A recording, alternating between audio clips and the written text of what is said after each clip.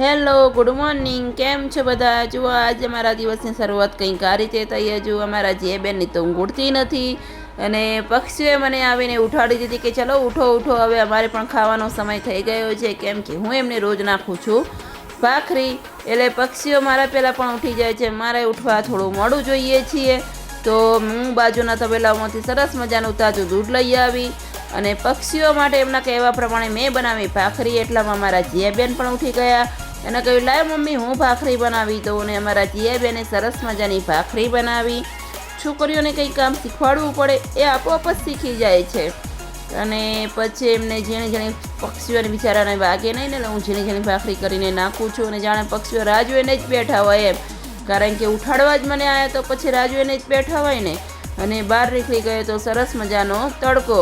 હવે ઠંડી પડવાનું ચાલુ થઈ ગયું છે અને એમ પણ ખેતરમાં ઠંડી વધારે લાગે. જેટલું ગામડું સારું લાગે એમ થોડું સહન તો કરવું પડે ને.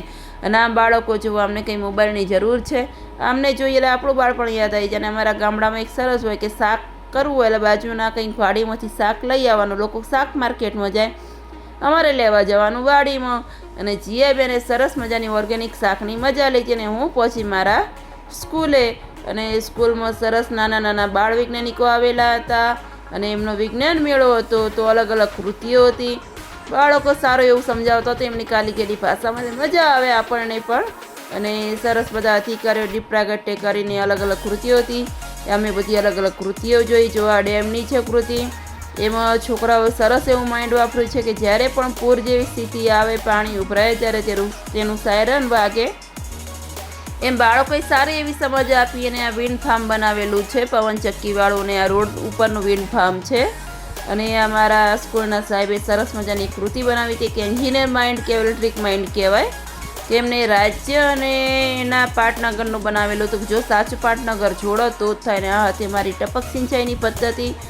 એમ બાળકો, નાના નાના બાળકોએ સારો એવો ભાગ લીધો અને એમ પ્રોત્સાહન વધારવા માટે એમને ઇનામ આપવામાં આવે. જો બધા બાળકો